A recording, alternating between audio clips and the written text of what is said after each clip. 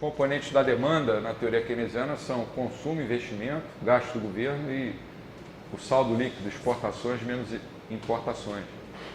Quer dizer, o Keynes errou bastante quando colocou investimento do lado da demanda. Está certo que investimentos são gastos. Quando você compra uma máquina, por exemplo, você pode falar, eu demandei, eu comprei uma máquina. Só que essa máquina tem uma capacidade de gerar fluxos de rendimentos ao longo do tempo, que, por exemplo, se você comprasse um sorvete, não teria, né?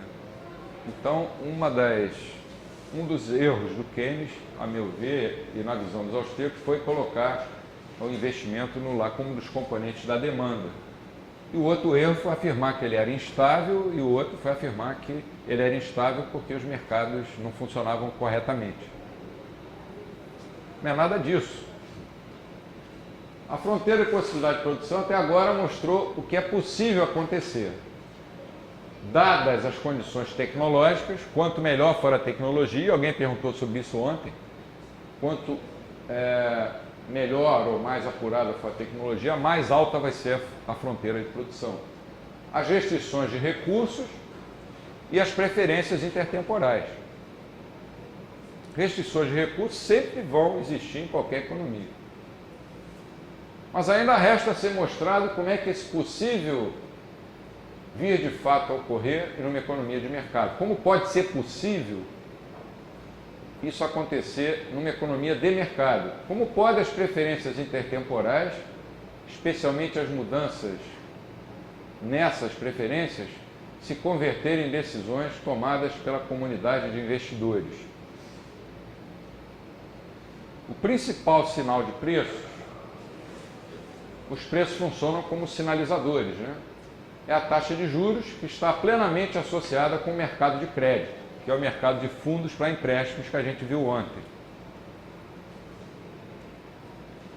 Nas aplicações reais, é claro, deve-se levar em consideração uma infinidade de taxas de juros, cujas variações derivam de considerações subjetivas e algumas objetivas de risco, né? Quanto maior o risco, maior os juros exigidos, das incertezas e da estrutura de maturação de cada título, de cada ativo financeiro que você estiver estudando.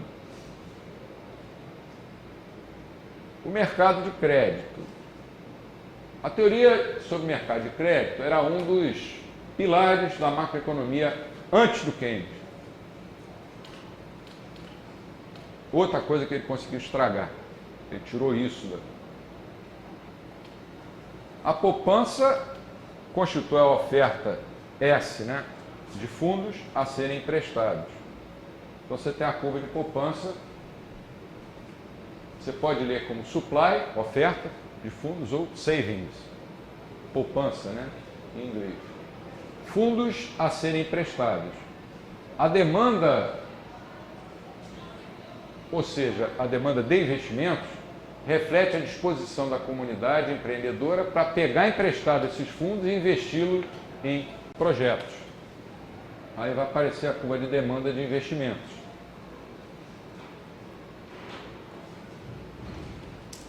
Com a taxa de juros exercendo a função de preço, a teoria dos mercados de crédito, ou loanable funds, é uma aplicação direta da análise de oferta e demanda que foi iniciada pelo Alfred Marshall, que foi professor do Keynes. Né? Keynes era filósofo, ele nem era economista, fez um semestre de economia com o Marshall, que era o economista mais famoso da Inglaterra na época. Ele era tão inteligente que, mesmo sem ser economista, conseguiu ser o economista mais famoso do século XX. Se eu fosse o Marshall, eu teria reprovado o Keynes. Naquela cadeira, a gente teria evitado muitos males. Mas o Marshall, como o cara era inteligente, deve ter escrito lá as coisas que o Marshall queria e passou na prova. Isso acontece muito.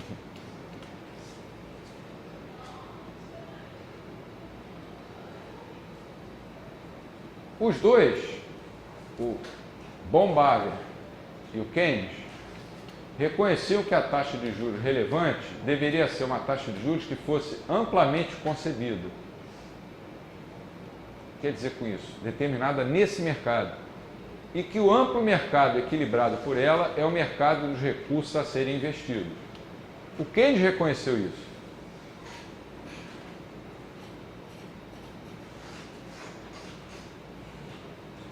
Então aparece ali, ó, não sei se dá para ver aí de trás, recursos a serem investidos. Vai ser determinado pela interação entre poupança e investimento, caso a taxa de juros flutue de acordo com o mercado. A teoria sobre mercados de crédito era mais identificada com Sir Dennis Robertson, um contemporâneo de Keynes e bastante crítico da teoria keynesiana, especialmente a teoria da preferência pela liquidez, que é uma teoria que diz que os juros são determinados de acordo com a preferência pela liquidez dos agentes. E o Keynes dizia que a liquidez tinha chegado a um nível tão alto porque a economia se encontrava numa zona de armadilha da liquidez, em que a taxa de juros era tão baixa que o governo podia emitir moeda à vontade, que não ia acontecer nada, os agentes simplesmente iam guardar o dinheiro porque a preferência pela liquidez seria absoluta, já que a taxa de juros baixa não atrairia ninguém a comprar títulos que rendem juros. Então, o Dennis Robertson tem uma frase famosa que diz assim: a teoria da preferência pela liquidez diz que a taxa de juros é o que é porque as pessoas acham que ela não vai ser o que é. Se as pessoas não achassem que ela não vai ser o que é, ela não seria o que é. E sai criticando Keynes num livro dele de economia monetária, na época se chamava Moeda e Bancos, que ficou muito popular nos anos 50. Esse é o nosso Sir Dennis Robertson, que morreu em 1963. Eu cheguei a ler esse livrinho dele.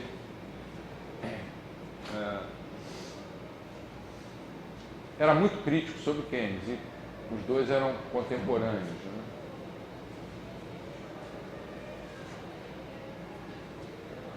Mas, por sugestão de Roy Harrod, um keynesiano, que ficou famoso quando escreveu o modelo de crescimento,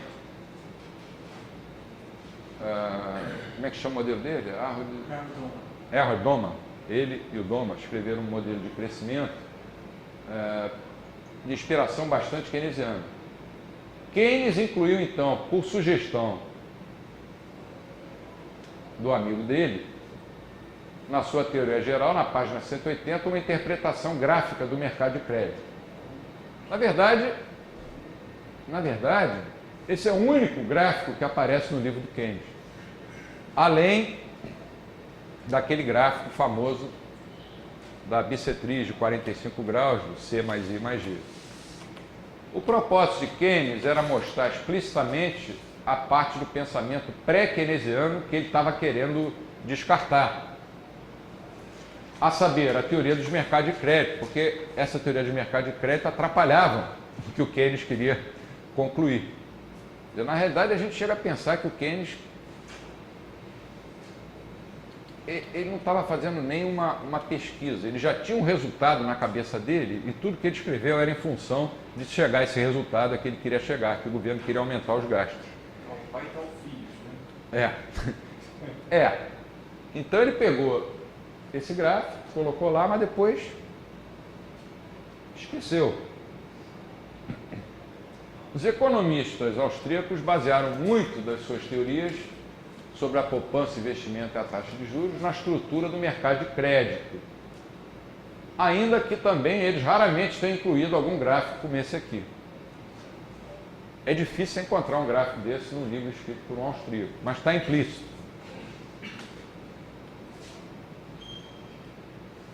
Se as pessoas se tornam mais orientadas para o futuro, ou seja, se aumenta a disposição de poupar, elas vão aumentar sua poupança, isso vai fazer a taxa de juros cair e com isso vai encorajar a comunidade empresarial a empreender mais projetos de investimento. Você pode ver isso com o deslocamento da curva da poupança para a direita, significando uma disposição maior a poupar. A taxa de juros vai cair e vai aumentar nesse montante aqui o investimento. Isso é bom, em princípio. Uma dada tecnologia, a poupança e o investimento são os pré-requisitos para um crescimento econômico genuíno, ou sustentável, ou ainda, segundo alguns, autossustentável. Sem poupança e sem investimento é impossível crescer.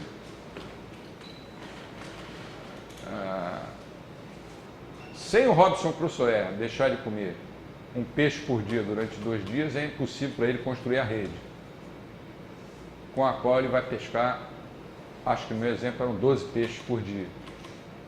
Isso vale para o Robinson Crusoe, vale para o nosso grupo aqui, vale para uma economia inteira, vale para o mundo inteiro.